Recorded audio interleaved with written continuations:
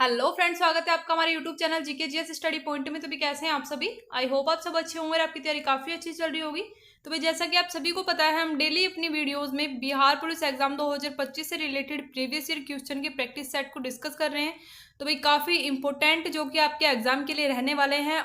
तो भाई please video को पूरा वॉच कीजिएगा, क्योंकि आपके लास्ट टाइम रिवीजन के लिए काफी ज्यादा हेल्पफुल आपके लिए प्रैक्टिस सेट रहने वाले हैं। और वीडियो अच्छी लगे तो वीडियो को लाइक एंड शेयर जरूर से कर दीजिएगा। एंड चैनल पर नए हैं तो चैनल को सब्सक्राइब करके बेल आइकन को जरूर से प्रेस कर लीजिएगा डेली प्रैक्टिस सेट को अटेम्प्ट करने के लिए, क्योंकि काफी हेल्पफुल आपके एग्जाम के लिए रहने वाले हैं। ठीक है, तो देख लेते हैं आज का फर्स्ट क्वेश्चन। निम्नलिखित में से सबसे कम वर्षा किस जिले में होती है? तो भाई बात करें सबसे कम वर्षा बिहार के किस जिले में होती है? Option number C right answer हो जाएगा। औरंगाबाद में सबसे कम वर्षा होती है। ठीक है, तो भाई नोट डाउन करते चलिएगा प्लीज आप एक एक क्वेश्चन को। देख लेते हैं नेक्स्ट क्वेश्चन। कोसी परियोजना की शुरुआत किस वर्ष की गई? तो भाई कोसी योजना की शुरुआत की गई 1954 में। ठीक है, ऑप्शन नंबर बी यहाँ पे राइट आंसर हो जाएगा। और अगर बात करें कोसी परियोजना में भारत और नेपाल देश शामिल है। ठीक है, तो भाई किन दो देशों के बीच में कोसी परियोजना की शुरुआत की गई? भारत और नेपाल। तो भाई प्लीज नोट डाउन कर लीजिएगा आप। ठीक है, भारत और नेपाल। ठीक है,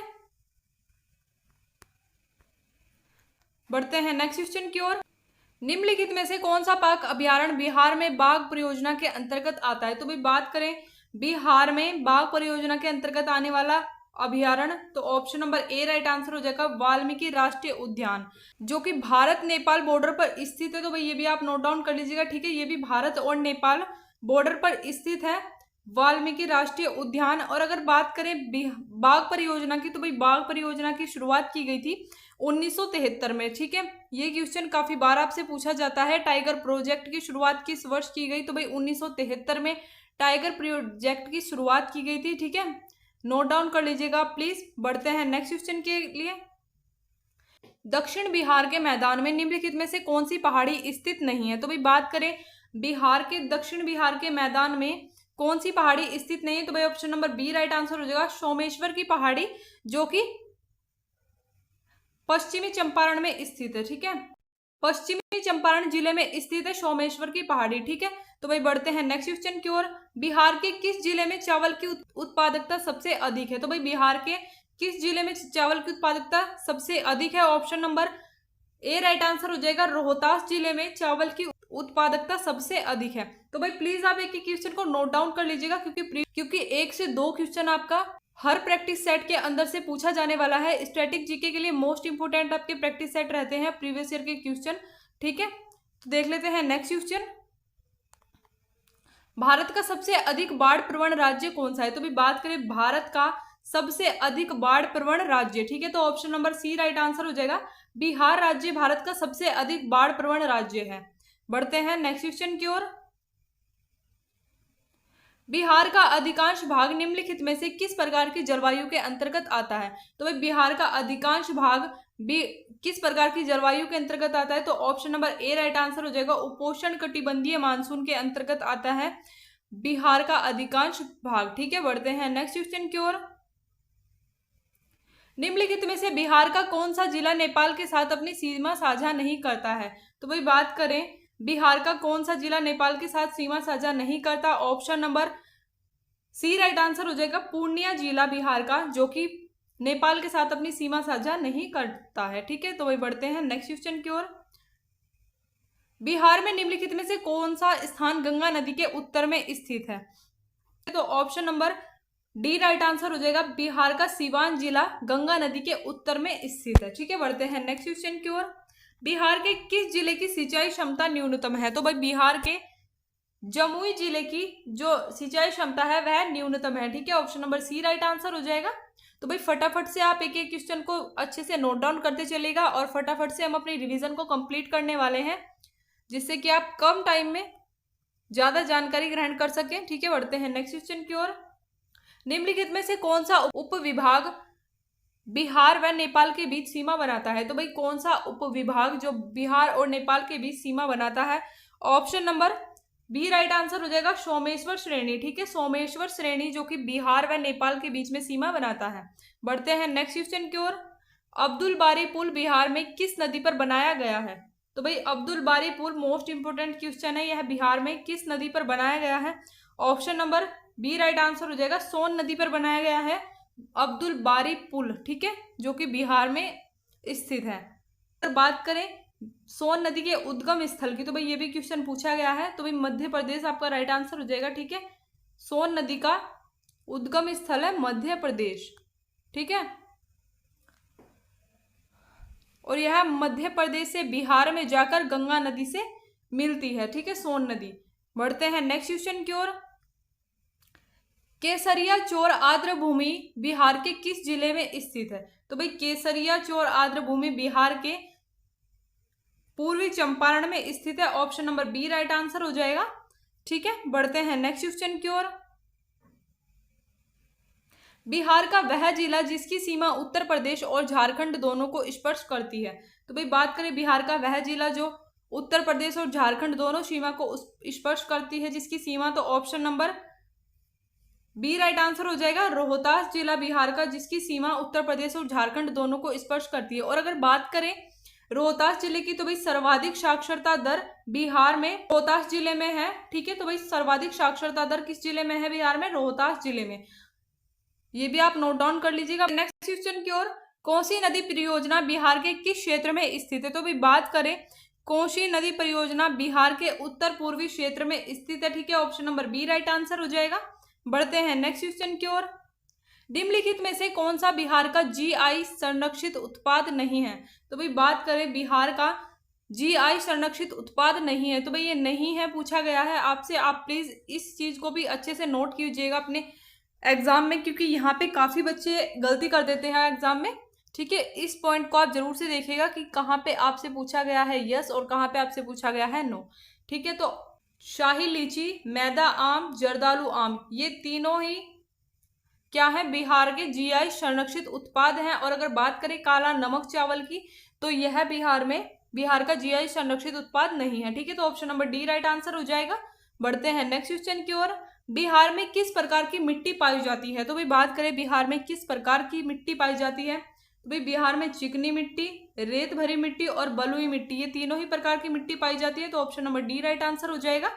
बढ़ते हैं नेक्स्ट क्वेश्चन की ओर। बिहार का कुल क्षेत्रफल भारत के कुल क्षेत्रफल का कितना प्रतिशत है? तो भाई बात करें बिहार का कुल क्षेत्रफल बिहार के कुल क्षेत्रफल का कितना है, तो भाई option number C right answer हो जाएगा। 2.86% बिहार का कुल क्षेत्रफल है भारत के कुल क्षेत्रफल का, ठीक है। तो बढ़ते हैं नेक्स्ट क्वेश्चन की ओर। निम्नलिखित में से कौन सा एक सबसे सूखा क्षेत्र है? तो भाई सबसे सूखा क्षेत्र कौन सा है? Option number C right answer हो जाएगा। लेह जो कि सबसे सूखा क्षेत्र है, ठीक है। बढ़ते हैं नेक्स्ट क्वेश्चन की ओर। दक्षिण पश्चिम मानसून निम्नलिखित में से किस प्रदेश में सर्वप्रथम प्रवेश करता है? तो भाई बात करें दक्षिण पश्चिम मानसून की, तो यह सर्वप्रथम प्रवेश करता है केरल में, ठीक है। Option number D right answer हो जाएगा। और अगर बात करें दक्षिण पश्चिम मानसून केरल में कब प्रवेश करते हैं, तो भाई जून के प्रथम सप्ताह में केरल में मानसून प्रवेश कर जाते हैं। और अगर बात करें पूरे भारत की, तो भाई 15 जून तक पूरे भारत में मानसून प्रवेश कर जाते हैं, ठीक है। बढ़ते हैं नेक्स्ट क्वेश्चन की ओर। जनगणना कितने वर्ष में एक बार की जाती है? तो भाई जनगणना कुल 10 वर्ष में एक बार की जाती है। Option number D right answer हो जाएगा। बढ़ते हैं नेक्स्ट क्वेश्चन की ओर। जनसंख्या की दृष्टि से भारत का सबसे बड़ा केंद्र शासित प्रदेश कौन सा है?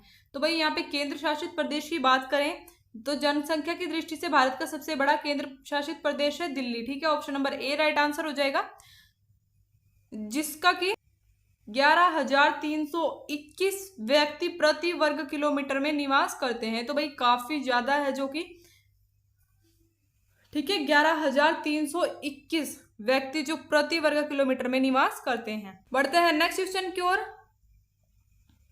2011 की जनगणना के अनुसार भारत में निम्नलिखित में से सबसे अधिक जनसंख्या घनत्व वाला राज्य कौन सा है? तो भाई बात करें राज्य की, तो 2011 की जनगणना के अनुसार भारत में सबसे अधिक जनसंख्या वाला राज्य बिहार है। Option number A right answer हो जाएगा, जिसमें कि 1106 व्यक्ति प्रति वर्ग किलोमीटर में निवास करते हैं, ठीक है, 1106 व्यक्ति। वहीं आप देख सकते हैं कि केंद्र शासित प्रदेश में दिल्ली का कितना अधिक जनसंख्या घनत्व है, जिसमें कि 11,321 व्यक्ति प्रति वर्ग किलोमीटर में निवास करते हैं। और वहीं पे बिहार में 1106 व्यक्ति प्रति वर्ग किलोमीटर में निवास करते हैं। तो भाई काफी ज्यादा डिफरेंस है, ठीक है, तो आप नोट डाउन कर लीजिएगा। बढ़ते हैं नेक्स्ट क्वेश्चन की ओर। 2011 की जनगणना के अनुसार ग्रामीण जनसंख्या का सबसे अधिक अनुपात किस राज्य में निवास करता है? तो भाई बात करें जनगणना 2011 के अनुसार ग्रामीण जनसंख्या सबसे अधिक अनुपात हिमाचल प्रदेश में निवास करता है। Option number A right answer हो जाएगा, जिसमें कि हिमाचल प्रदेश की जनसंख्या का कुल 90%, ठीक है, जो कि ग्रामीण जनसंख्या के अंतर्गत शामिल है। और अगर बात करें सेकंड नंबर पर जो कि सबसे अधिक ग्रामीण जनसंख्या में निवास करते हैं, तो भाई ग्रामीण जनसंख्या में सेकंड नंबर पर हो जाएगा अपना बिहार, ठीक है, जिसमें कि 85% जो जनसंख्या है वो ग्रामीण क्षेत्र में निवास करती है। तो भाई ये भी आप नोट डाउन कर लीजिएगा, दोनों काफी इंपोर्टेंट है। आपसे पढ़ते हैं नेक्स्ट क्वेश्चन की ओर। भारत के किस राज्य में महिलाओं की जनसंख्या पुरुषों की जनसंख्या से अधिक है? तो भाई बात करें भारत के केरल राज्य में, ठीक है, महिलाओं की जनसंख्या पुरुष जनसंख्या से अधिक है। ऑप्शन नंबर ए आपका राइट आंसर हो जाएगा। बढ़ते हैं नेक्स्ट क्वेश्चन की ओर। जनगणना 2011 के अनुसार बिहार में सर्वाधिक जनसंख्या घनत्व वाला जिला कौन सा है? तो भाई जनगणना 2011 के अनुसार बिहार में सर्वाधिक जनसंख्या घनत्व वाले जिले की बात करें तो option number C right answer हो जाएगा। शिवहर जिला बिहार का, जिसका की सर्वाधिक जनसंख्या घनत्व है 2011 की जनगणना के अनुसार। ठीक है, देख लेते हैं नेक्स्ट क्वेश्चन। 2011 के अनुसार बिहार में दशकीय जनसंख्या वृद्धि दर 2001 से 2011 तक कितनी थी? तो भाई जनगणना 2011 के अनुसार बिहार में दशकीय जनसंख्या वृद्धि दर की बात करें तो यह कितनी थी? तो option number C right answer हो जाएगा 25.42%, ठीक है, जो कि क्या थी? बिहार में दशकीय जनसंख्या वृद्धि दर थी जनगणना 2011 के अनुसार। बढ़ते हैं नेक्स्ट क्वेश्चन की ओर। वर्तमान बिहार में कितने राष्ट्रीय उद्यान है? तो भाई बात करें वर्तमान बिहार में राष्ट्रीय उद्यान तो option number A right answer हो जाएगा। वर्तमान बिहार में एक राष्ट्रीय उद्यान है जिसका नाम है वाल्मीकि राष्ट्रीय उद्यान, ठीक है, वाल्मीकि राष्ट्रीय उद्यान। आप प्लीज नोट डाउन कर लीजिएगा, वाल्मीकि राष्ट्रीय उद्यान। भाई ये काफी बार आपके एग्जाम में पूछा गया है, ठीक है, और जो कि किसके लिए प्रसिद्ध है? तो यह बाघों के संरक्षण के लिए प्रसिद्ध है, ठीक है, और पश्चिमी चंपारण जिले में स्थित है। तो भाई ये भी नोट डाउन कर लीजिएगा, ठीक है, पश्चिमी चंपारण में, पश्चिमी चंपारण, ठीक है, स्थित है पश्चिमी चंपारण में और बाघों के संरक्षण के लिए प्रसिद्ध है। Option number A right answer आपका यहाँ पे हो जाएगा। बढ़ते हैं नेक्स्ट क्वेश्चन की ओर। जनगणना 2011 के अनुसार बिहार में सबसे अधिक शहरीकृत जिला कौन सा है? तो भाई जनगणना 2011 के अनुसार बिहार का सबसे अधिक शहरीकृत जिला है पटना, ठीक है, option number B right answer हो जाएगा, जो कि बिहार की राजधानी है। बढ़ते हैं नेक्स्ट क्वेश्चन की ओर। बिहार का दूसरा सबसे बड़ा पशु मेला बिहार में कहाँ लगता है? तो भाई बात करें दूसरा सबसे बड़ा पशु मेला आपसे पूछा गया है बिहार में लगता है तो वह सीतामढ़ी में लगता है। Option number A right answer हो जाएगा, ठीक है, और जो कि चैत्र मास में लगाया जाता है, ठीक है, चैत्र मास में लगाया जाता है बिहार के सीतामढ़ी में, ठीक है, दूसरा सबसे बड़ा पशु मेला है। और अगर आपसे पूछा जाए पहला सबसे बड़ा पशु मेला जो कि भारत का सबसे बड़ा पशु मेला है तो भाई बिहार के सोनपुर में लगाया जाता है, ठीक है, सोनपुर में लगाया जाता है सबसे बड़ा पशु मेला, ठीक है, तो नोट डाउन कर लीजिएगा आप, मोस्ट इंपोर्टेंट क्वेश्चन है दोनों ही आपके लिए। बढ़ते हैं नेक्स्ट क्वेश्चन की ओर। जनगणना 2011 के अनुसार बिहार में शिशु लिंग अनुपात कितना था? तो भाई बात करें शिशु लिंग अनुपात बिहार में 2011 के अनुसार तो option number C right answer हो जाएगा 35, ठीक है, जो कि शिशु लिंग अनुपात था बिहार में। बढ़ते हैं नेक्स्ट क्वेश्चन की ओर। बिहार का एकमात्र तेल शोधक कारखाना निम्न में से किस देश की मदद से स्थापित हुआ? तो भाई बिहार का एकमात्र तेल शोधक कारखाना किस देश की मदद से स्थापित किया गया? Option number A right answer हो जाएगा, सोवियत संघ की मदद से स्थापित किया गया बिहार का एकमात्र तेल शोधक कारखाना। और जिसकी स्थापना कब की गई? तो भाई 1964 में, ठीक है, स्थापित किया गया बिहार में एकमात्र तेल शोधक कारखाना। बढ़ते हैं नेक्स्ट क्वेश्चन की ओर। जनगणना 2011 के अनुसार बिहार में सर्वाधिक जनसंख्या वाला जिला कौन सा है? तो भाई 2011 की जनगणना के अनुसार बिहार का सर्वाधिक जनसंख्या वाला जिला है पटना, ठीक है, option number C right answer हो जाएगा। आप प्लीज एक एक क्वेश्चन को अच्छे से नोट डाउन करते चलिएगा क्योंकि काफी हेल्पफुल है। यहाँ से आपसे एक बार नहीं काफी बार ये क्वेश्चन रिपीटेड है आपके एग्जाम में, तो इसलिए मोस्ट इंपोर्टेंट आपके एग्जाम के लिए रहते हैं। तो भाई प्लीज़ अच्छे से आप वीडियो को वॉच कीजिएगा एंड लास्ट तक जरूर देखिएगा, क्योंकि इसी तरीके के इंपॉर्टेंट क्वेश्चन आपको आगे आगे हम डिस्कस करने वाले हैं। भारत की जनगणना 2011 के अनुसार बिहार की साक्षरता दर क्या थी? तो भी बात करें भारत की जनगणना 2011 के अनुसार बिहार की साक्षरता दर 61.80%। ठीक है, तो option number B right answer हो जाएगा। और 2011 के अनुसार बिहार का जो स्थान था, तो भाई बिहार 35वें नंबर पर था। ठीक है, जो कि भारत के राज्य और केंद्र शासित प्रदेशों में सबसे अंतिम स्थान बिहार को प्राप्त साक्षरता दर में। ठीक है, और एक क्वेश्चन आपसे यहाँ से ये भी पूछा जा सकता है कि साक्षरता दिवस कब मनाया जाता है? तो भाई 8 सितंबर को साक्षरता दिवस मनाया जाता है। आप प्लीज नोट डाउन कर लीजिएगा, क्योंकि ये मोस्ट इंपोर्टेंट क्वेश्चन है, यहाँ से क्वेश्चन पूछा गया है ये क्वेश्चन काफी बार। ठीक है, 8 सितंबर को मनाया जाता है प्रतिवर्ष साक्षरता दिवस। बढ़ते हैं नेक्स्ट क्वेश्चन की ओर।